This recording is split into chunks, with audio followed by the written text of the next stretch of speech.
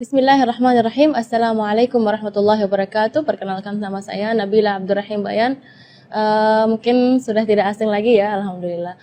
Mudah-mudahan di pertemuan kali ini kita bisa menjelaskan sedikit tentang surat Al-Fatihah, di mana surat Al-Fatihah itu penting sekali, adalah salah satu rukun salat. Ketika pembacaan surat Al-Fatihah kita kurang tepat dari segi makhraj, dari segi gunnahnya, madnya juga ketinggalan, maka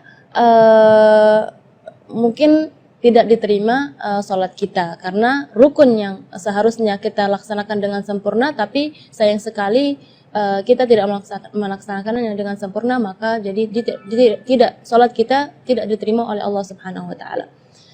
Di pertemuan kali ini Nabila akan sedikit menjelaskan kesalahan-kesalahan yang sering terjadi ketika saat kita membaca surat Al-Fatihah.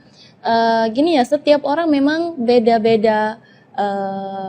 Yang bagusnya ada kelebihannya, memang ada kekurangannya, tapi dalam melafalkan huruf-huruf Al-Quran seharusnya kita 100% seperti bagaimana Rasulullah SAW membaca.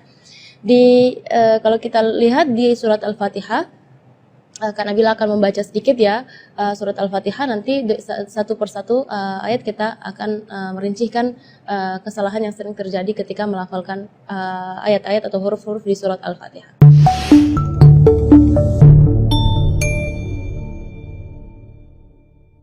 A'udzu billahi minasy syaithanir rajim.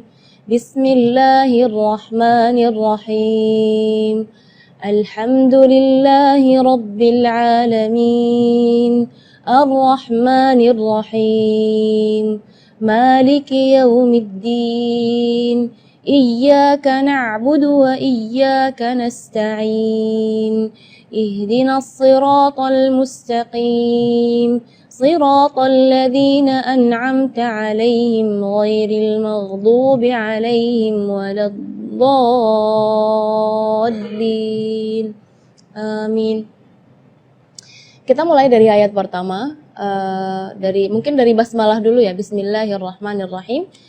Dalam basmalah tersebut yang perlu kita perhatikan adalah mad-madnya. Jadi secara umum mad tabi'i itu 2 harakat. Jadi kita tidak boleh lebih dari itu. Contoh misalnya Bismillahirrahmanirrahim. Ini nada ini atau irama ini yang sudah familiar di Indonesia, justru di situ ada kesalahan. Kesalahannya di mana? Berlebihan dari segi madnya. Jadi bismillah itu kepanjangan. Ar-Rahman, Ar-Rahim. Itu Ar-Rahman terus bismillah juga di situ terlalu panjang. Seharusnya Bismillahirrahmanirrahim. Jadi dua harakat. Lanjut ke ayat pertama, Alhamdulillahirabbil alamin. Di ayat yang pertama ini karena bila ingin menekankan huruf-huruf yang sukun seharusnya tidak kita berikan qalqalah. Misalnya alhamdu, jangan ala.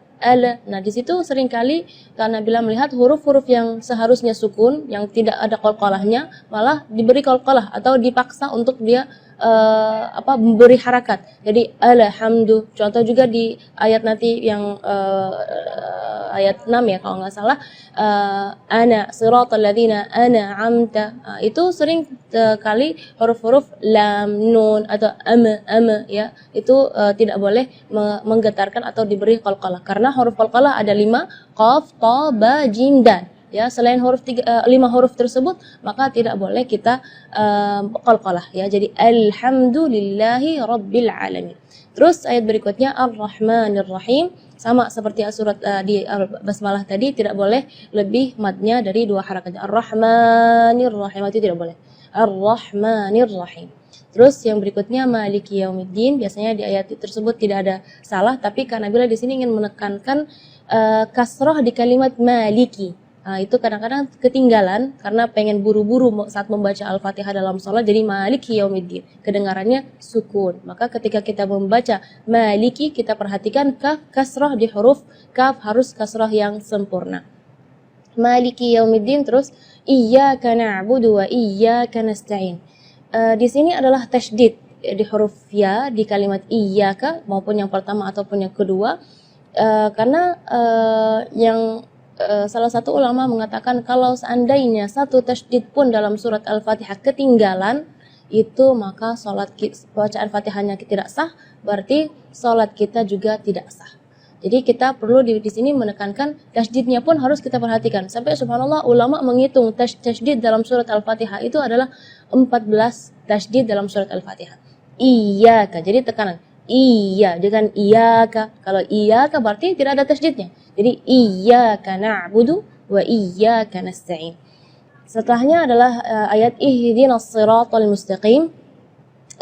Di sini makhraj huruf H yang ingin Kak Nabila tekankan, karena biasanya kalau kita mendengar imam-imam, jangan pun imam-imam, mungkin kita sendiri ya ketika membaca ihdinas siratal mustaqim, baca H-nya keluarnya dari dada.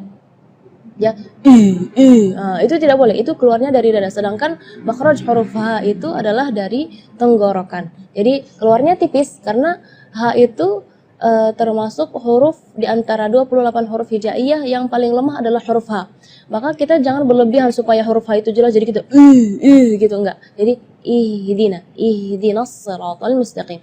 Ayat berikutnya atau ayat terakhir, siratal ladzina an'amta 'alaihim ghairil maghdubi 'alaihim waladdallin.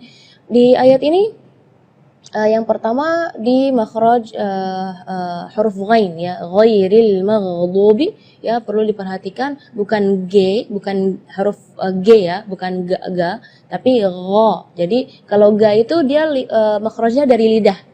Ya, tapi kalau huruf ghain itu dari bagian tenggorokan ya. Jadi gha. Dan huruf ghain ini memang termasuk huruf yang tidak ada dalam bahasa Indonesia, tapi karena insya Allah muslimah-muslimah di sini lebih semangat untuk belajar mengaji, jadi harus melafalan huruf ghainnya lebih bagus. Huruf yang terakhir yang perlu diperhatikan di ayat terakhir adalah huruf dhad ya.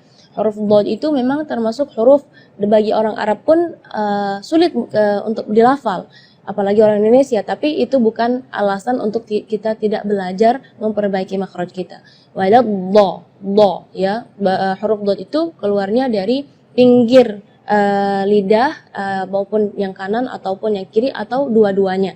Dan memang ada yang mengatakan bahwa Rasulullah Shallallahu Alaihi Wasallam satu-satunya yang bisa melafalkan huruf dhad dengan baik. Itu bukan berarti kita tidak bisa, maka kita harus berusaha ya untuk melafalan kita, huruf-huruf kita sama seperti Rasulullah Shallallahu Alaihi Wasallam.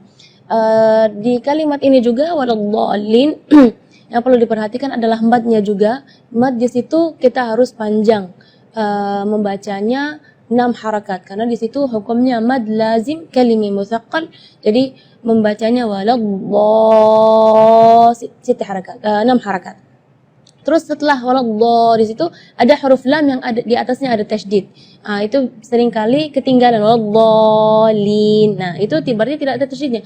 Waladhdallin. Amin. Mudah-mudahan dengan penjelasan yang singkat ini bisa memperbaiki bacaan-bacaan muslimah-muslimah dan akhwat di sini, dan insya Allah kedepannya bisa lebih bagus lagi untuk bukan hanya untuk diri kita tapi untuk mengajar anak-anak kita supaya baca Fatihahnya lebih baik.